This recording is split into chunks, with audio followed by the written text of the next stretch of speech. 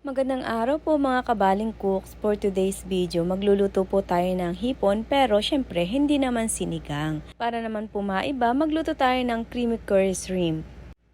Mag-isa lang po tayo ng ginger, gisa-gisahin at isunod na natin ang ating bawang.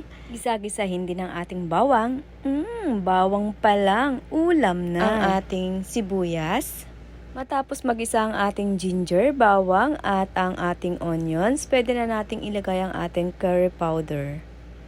Timplahan na rin natin ng oyster sauce para sa ating pampalasa.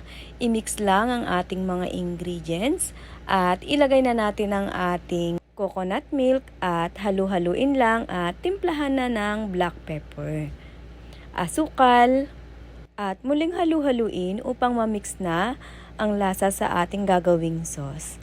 Ready nang tikman mga kabaling cooks kung okay na ang lasa. Ilagay na rin natin ang tangkay ng kangkong. Medyo lutuin natin ang tangkay ng kangkong. Kapag medyo naluto na ang ating tangkay ng kangkong, ilagay na natin ang ating siling green para naman may spicy ang ating sauce. Ilagay na rin natin ang ating mga hipon. Bahagya nating pahirapan mga kabaling cooks ang ating mga sarili. Imbis na ilagay na lang ang ating hipon, paikot-ikutin pa ang ating mga hipon.